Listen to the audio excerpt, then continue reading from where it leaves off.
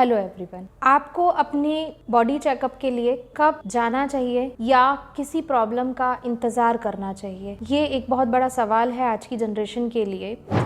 तक आपकी बॉडी पूरी तरह से शट डाउन नहीं हो जाए या आपको जब तक इतना तकलीफ ना हो जाए कि आपकी फंक्शनल रूटीन, आपकी डेली की लाइफ, एडीएल्स, आपके activities of daily living affect ना हो जाए, तब तक आप अपने डॉक्टर के पास नहीं जाते हैं। तो आज मैं आपको सलाह दूंगी, जो आज का इरा है एंड्रॉयड यूज या स्क्रीन जो यूजिंग चल रहा है, जिस हिसाब से हमारी सारी वर्किंग चेंज हो चुकी है, किचन की एक्टिविटीज खड़े होके हो रही हैं या मैक्सिमम टाइम हम या तो बैठे हुए हैं या हम अपने ही एक अंदर घर के अंदर या ऑफिस के अंदर ही काम कर रहे हैं, मैक्सिमम वर्क फ्रॉम होम या जो भी बोल लीजिए, इन सारी चीजों के दायरे में है। तो मैं सजेस्ट करूंगी कि एक एज के बाद 35 to 40 आपको किसी भी एक फिजियोथेरेपिस्ट के पास या ऑर्थोपेडिशियन के पास जाके अपना चेकअप जरूर कराना चाहिए। चेकअप इज नॉट फॉर कि आपकी क्या तकलीफें हैं, चेकअप आपकी बायोलॉजिकल एज और आपकी एक्चुअल एज को मैच करने के लिए होना चाहिए। क्या वाकई में आपके जॉइंट्स 40 के हैं, क्या वाकई में आपकी लंग कैपेसिटीज 40 एज के या 50 एज के हिसाब से है, या आपकी जितनी एज है ऐसे ही मसल गर्थ,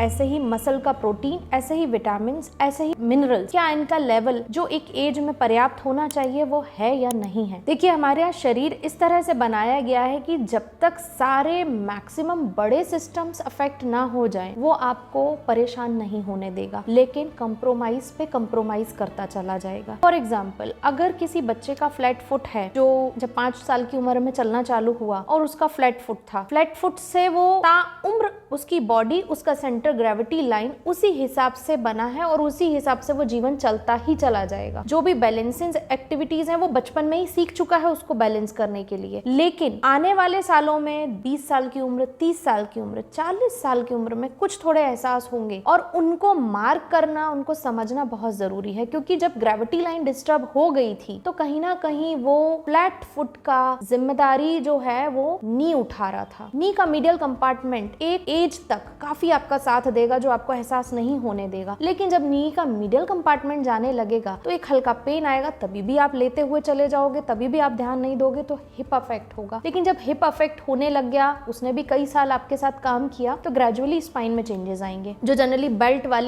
बांधने वाले एरिया में पेन आता है, 2 डिंपल के पास, सैक्रोइलियक जॉइंट के पास, वो पेन्स आने स्टार्ट हो जाएंगे। तो कहने का मतलब यह है कि अगर आपकी बॉडी में टो के साथ भी कुछ प्रॉब्लम है तो बॉडी पूरा ऊपर तक एडजस्ट करती है, और जब तक पूरे सिस्टम लाइन से अफेक्ट नहीं हो जाएंगे, शट डाउन नहीं हो जाएंगे, आप तब तक उसको खींचेंगे। तो बेटर है आप अपने पोस्चर का चेकअप कराएं, आप अपनी चाल का चेकअप कराएं कि आपकी इस चाल से आपके कौन से जॉइंट्स आगे आने वाले सालों में डिजनरेट होंगे, आपको उनको कैसे डिजनरेट होने से रोकना है। क्या आप बढ़ती उम्र के साथ घुटनों के होने वाली परेशानी या कमर के दर्द की होने वाली परेशानी या सर्वाइकल के होने वाली परेशानी को बचा सकते हैं? यस, बचा सकते हैं। हमें सिर्फ ये चेक करना है कि आपके बॉडी के स्पाइन में जो मसल्स हैं, कौन सी टाइट है, कौन सी लूज है, कौन सा ज्यादा परफॉर्म कर रही है, कौन सा अंडर परफॉर्म कर रही है, कौन ओवरवर्क्ड है या कौन ओवरलोडेड है। बस हमें उसका आइडेंटिफिकेशन लेना है, उसको आइडेंटिफाई करना है और उस हिसाब से आपको रिकमेंडेशंस देने हैं। आपकी चीजों में हमें उस हिसाब से एक्सरसाइजेस को डालना है बॉडी पे। Thank you so much. अगर आपको ये वीडियो पसंद आया हो तो कृपया इसे शेयर कीजिए, चैनल को लाइक एंड सब्सक्राइब कीजिए। Thank you.